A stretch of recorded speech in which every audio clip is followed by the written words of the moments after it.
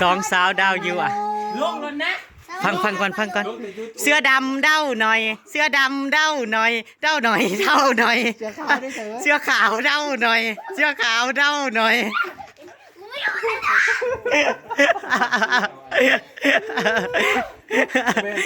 เด้าทั้งเด้าทั้งเด้าอีหยังสมงามเด้อคืองามเด้อมีการกำไหมเบิ่งน้ำเด้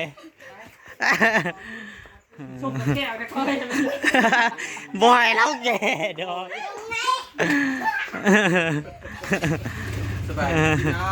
เด้อสบายดีเด้อพี่น้องเด้อมาพี่น้องมามื้อนี้ม่วนซุ่มแซวแตกแซวม่วนอยู่พูดเฮ็ดบัดนี้เบิดมือพี่น้องเป็นจ้าว่าหายไส้กับสีไส้กับไส้แต่ว่าเนี่ยมันงามเนาะกูบ่ได้กูบ่ย่านกวนลื่นมึงบ่คือขนาดไอ้แก๊กเต็มอยู่รูอยู่ใส่เสื้อตัวนี้คืออะลีไอ้เต้ามาเบิ่งในเสาแคบนี่บ่ไอ้เต้ามาเบิ่งแน่ขอเด้อมื้อนี้เด้อไอ้เต้าน้องแขกคอฟัวข่อยละฟัวข่อยเปลี่ยนไฟเต้ามาหาน้องเน่น้องจะแกงให้มันกิน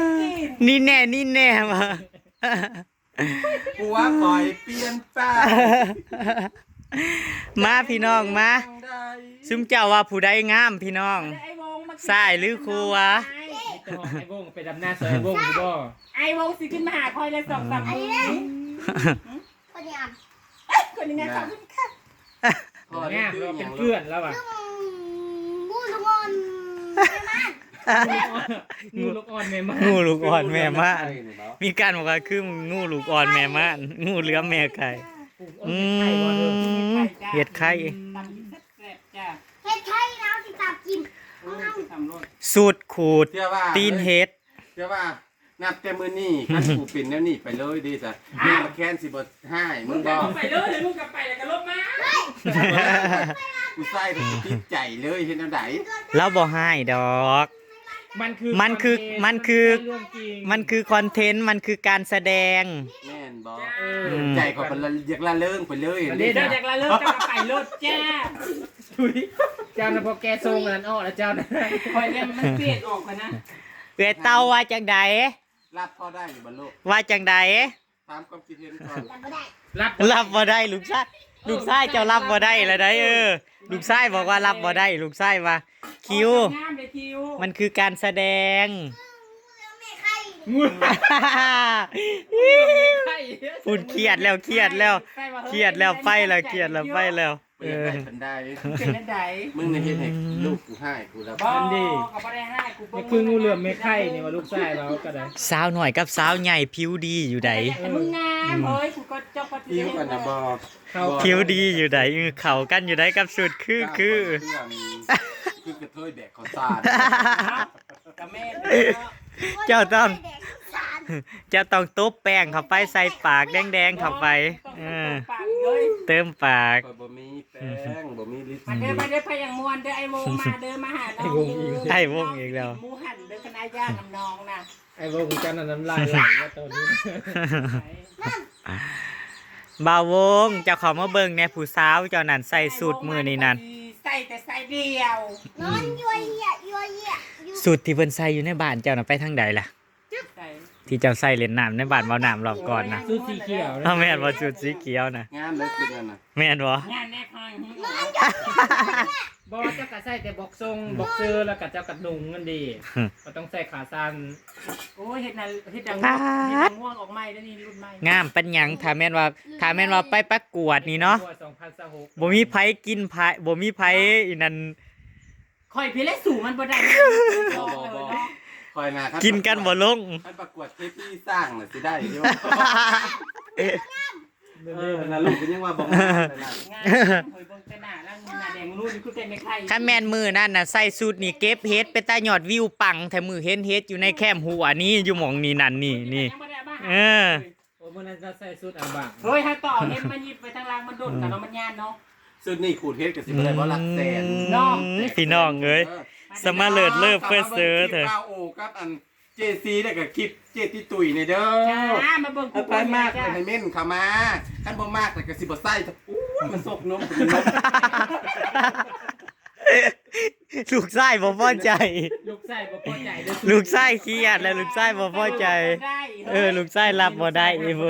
ลูกไส้รับบ่ได้ เอฟซีทุกคนท่านมากแขกไหนกด V1 ถ้ามากตุ้ยกด V2 ถ้า สองวีเซตกันบ่ ถ้าใครรักใครชอบก็ แล้วเราจะมาดูผลคะแนนโหวตกัน มาสิร้ายกว่ากันตัวสิได้คะแนนร้ายกว่ากัน มันบ่มากให้กดเลยเอ้ย ถ้าบ่มากข่อยก็สิย่าเลย ผู้ใด เอาลูก เอาบาทนี่ลูกหายบาท ลูกง่าย เอาได้แม่ลูกนั่น ผู้ใดมีสูตรงามๆอยากส่งมาให้ก็ส่งมาแล้วเด้อส่งมาให้ตุ้ยๆครับส่งมาให้ตุ้ยๆครับเอื้อยแขกเด้อ ข่อยต้องส่งมาข่อยก็ได้ใส่บ่ใส่ดูขึ้นนะมันนั่งมันนั่งติดๆแล้ว ใส่ดูนี่คือกันนี่แหละเนาะจะเป็นคู่เนาะ โหวตคะแนนเข้ามาพี่น้องโหวตคะแนนเข้ามาผู้ใดงามผู้ใดข้าวไห่บอดเต็มซิป นั่น เสื้อพอข้าวไห่สอง อีบอยสอง ให้ตุ้ยๆเต็ม10ให้พ่อ2 พ่อมันให้สองมาสั่ง แล้วบ่อยากให้พ่อละเฮ็ดแบบนี้แล้วหลับบ่ได้ คิว ตุ้ยๆ เจ้าคือรับบ่ได้เองพ่อเฮ็ดคอนเทนต์วันนี้พ่อเจ้าก็สิมีผู้เขามาเบิ่งมาติดตามหลาย พ่อบ่ได้เฮ็ดอันนั้น เจ้าพี่ลูกชายรับไม่ได้จ้า ลูกชายรับบ่ได้ ลูกชายรับไม่ได้พ่อเป็นกระโถนพ่อไม่ได้เป็นลูกพ่อแค่ถ่ายคลิปเฉยๆจ้า คิวจะต้อง บ้างนั่นแหละจัดที่ดินน่ะเป็นห้อย อ๋อใจอย่าออกไปลูกมันแดดอันนี้นา คิวต้องมา พ่อแค่อันสันนิษฐานว่าพ่อ สันนิษฐาน กับติตุยไฟงามคลิปนี้น่ะที่ได้คะแนนโหวตได้ เตะดักเจ้าแปดได้ พอเจ้าพอใจกับเพ่นซื่อพอใจ เจ้าต้องสนับสนุนติคิวจะต้องมาร้องเพลงเสื้อดำเด้าหน่อยเสื้อลายเด้าหน่อยเจ้าก็ว่า เสื้อลายเด้าหน่อย บ่นะคอยผม เสื้อ มา ผ้า นี่ เกิ บอก บกระป้ามงับยิ่งอะไรเป็นผู้ชายงับมาแรงเขาเลยเสื้อเล่นเขาเรียกว่าอะไรใส่เกิบ นันดี กูว่าแต่บ้านเดียวล่ะเพลงคอยกระมวลคือกัน งามเฮ็ด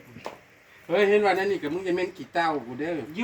กันว่าที่เจ้าเม่นขายบัวหอมมันก็เปลี่ยนไปบ่ได้เด้อ อ้าวบ่เคยใส่เสื้อแบบนี้กินมันอ่านเพิ่นทวน ออกยา แล้วว่าแกงเฮ็ดน่ะ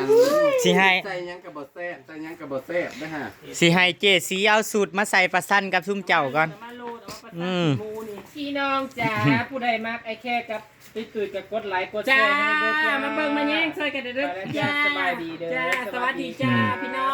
ง กดไลค์กดแซ่พี่น้องกดไลค์กดแซ่มักแขกกด1มักโซมักตุ้ยกด2จ้า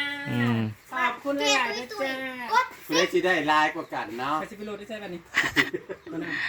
ไปสิ ตั โห ว ลด ที่ ได้ บ้า ใช่ นคือ จะรอ ไปสิโหลดได้ใช่ มีเสียวจะรอออกไปพร้อมข่อยพุ่น 15 นาที 15 นาที ไปเอาไปล้างบัดนี้ ไปไปล้างปั๊บ ถ้าใครอยู่โทรศัพท์คนมัน น้ำไปเอาเฮ็ดไปล้างแกงกินหมูนะเพื่อสิได้กินเด้อ มันไปได้หมู เพื่อสิแล้วแกงอันนี้ เขาเพิ่งเอาไปไดเขาเพิ่งเอาไปปิ่นวังกีนี่ เขาปิ่นสวาย บอจะก้าวก็มาบ่ายซองจังมาผู้ได้ก็บ่มา เก่า ไว้ มีเรียกอันนี้เรียกอันนี้บ่มีเรียกกะมาแล้วเอ้ย อันนี้ หันขางแงง แจ๊ะอยู่เนี่ย หันขางด้วยแขกหันขางดู ทันแบบใด หันขางอย่างสิดู วันนี้ผู้เขาขี่รถไก่ทัก ก็บ่ได้ฮู้ ตายโลดแบบนี้ เขาซากันหนอดที เขาซาตึ้มตึ้ม เพราะมันมีกล้อง ลงคลิปไฟเขาก็สิซากันตึมบัดนี้ มันมีกล้องพ่อมันตุ๋ย เจ้าอะไรเขา คืออะไรไอ้แขกเราใส่แล้วเต็มเด้ ว้ายอย่ามาบอกไปคือ โมเมนเจ้าใส่กับไฟแล้วมันเต็มเด้คุณเจ้ามันเต็มเด้เฮ็ดอุฟุอยู่ใส่กับไฟมันเต็มเด้ เพราะว่าเราลองได้4 เดือนในการคืนในคนนั้นดูไป พยากรณ์เล่นนี่ตุ๊ก ระว่างครับมันไปคายคลองยันประตูข่อยอยู่ บอกเขาว่าชุดที่เขาไม่แต่ชุดไอ้แขกเขากับเรา ป้าเบาน้ ตุ๋ยเบื้องในจำมันได้เราประคัดอีก ำป้าส่งเราไปพัทยาไปยืนแถวนั่นต้นเลขที่เท่าใดสองสาวนี่ส่งไปพัทยาไป ก็ย่านเขามาเมาข่อยเบิดคืน ไม่ใช่สิแม่เข้ามือแล้วบอกว่าไอ้ยักษ์ก็น้ำมันแพงกับมันเป็นร้อยกันยักษ์ราคาจะพันเลย วันนั้นเลย จากวันมาส้นสู่วันมันเลทป้า คอยว่าฝรั่งต่อคิวกัน ปลาตัวตายแบบนี้ ฝรั่ง มาบอก ฝรั่งต่อคิวกันขนาดแล้วนี่ มันจะเลี้ยงควายไป ไปล่างเฮ็ดจะน้อยบ่ได้กินสิล่างอยู่ไสเด้ล่างอยู่หม่องนี่ล่างในถังนี่ ป้าตั้งอาชีพใช่ไหมเลยป้าตั้งใครใช้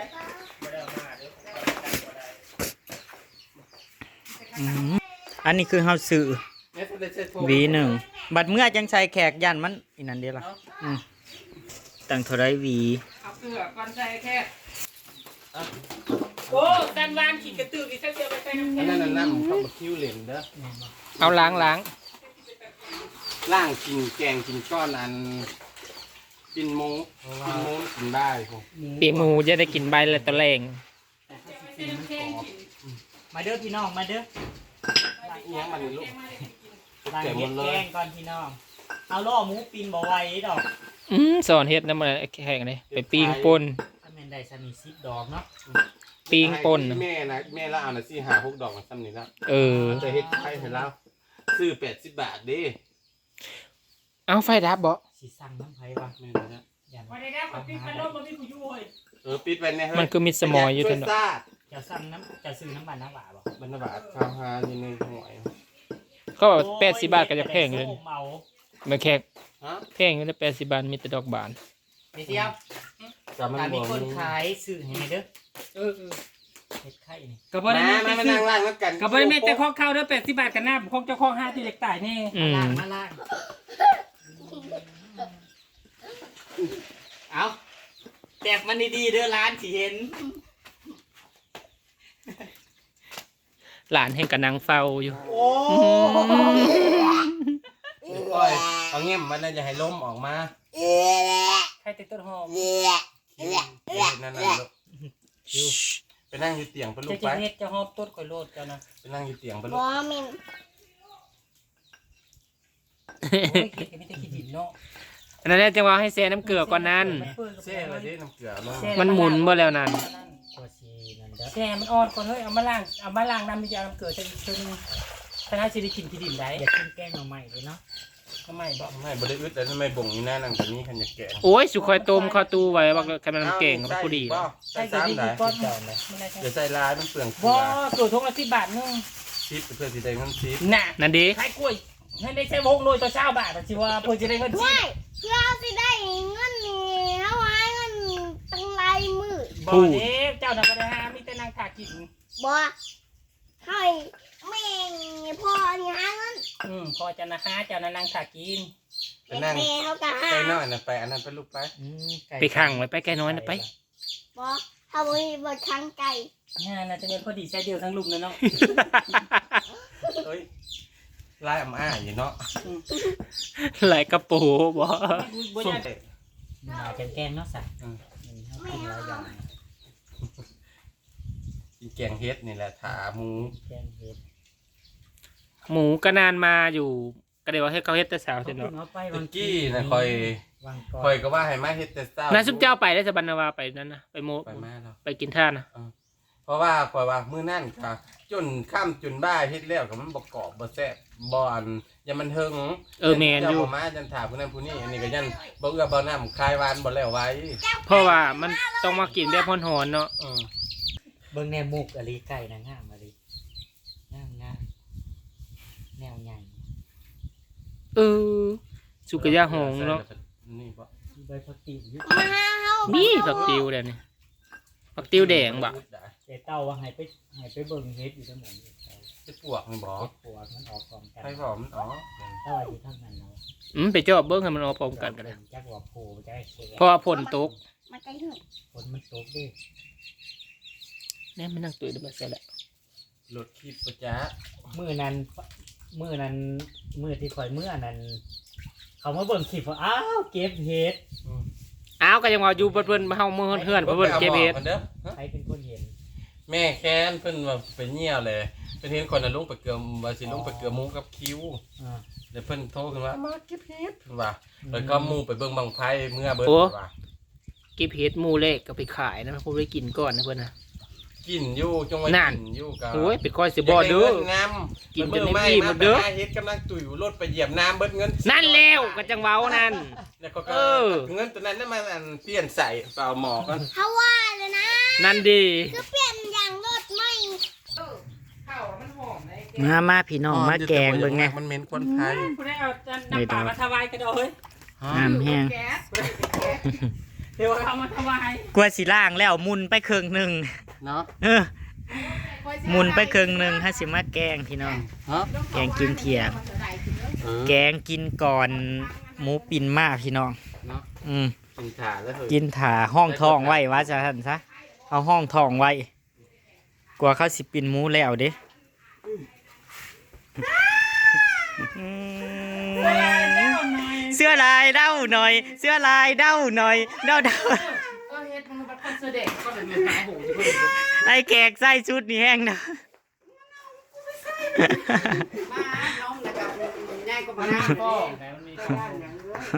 นี่เฮ้ยเขาอีแขกนะ นี่คือหลังกองเขาย่าน เจ้าญาติตัวลายๆนี้เขาอีแขกนะแต่มันญาติต้องโดนไว้ทั้งหลังไอ้แขกว่าสุดเจ้าลงเฟซได้เหรอเอาลงโลดไปที่5เนี่ยไม่ได้เอาว่าได้นี่ คอยละอายครับไปใหญ่คนแถว ไว้ บ้านก็ว่า ว่าลงเฟซลง YouTube แล้วเขาให้เก็บ ลง ได้ เพราะว่ายูทูบชาวบ้าน เขาบ่ได้ว่าคาราบาลเจ้าเบิดบ้าน ไม่หูแล้วว่าไอ้กระเทยหัวโปกในลูกช่องอีห้าอีเข่า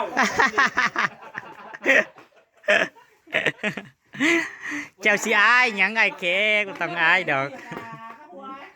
อย่างประมาณในตะกี้เลยนี่นี่อย่าง เอาสิร้องเพลงเอาเสื้อลายเด้าหน่อย สิไปว่ายน้ำอยู่ไสบัดนี้ มันลมแม่งแบบจุกว่าใส่พลัง เวจซีแล้วใส่มันก็คือเลยแล้วนะ นะคือคนนี้แต่ตัวเองยังคือลี บ่คือทอเจ้าบัดใส่เข้าไปบัดเต็มจุลู นาย วงดู ช่วงแค่มันนับเป็นลูกแต่โคโล อย่ากลัวเด้พี่น้องไปพี่น้องกำลังพระจ่าพี่น้องตามคลิปหน้าเด้อพี่น้องเด้อไปละพี่น้องสวัสดีครับผมรอกิน ใส่น้ำ หมูปิ่นพี่น้อง อยู่เท่าไรคนมองอัน อืม คนงานอยู่แล้วจ่าย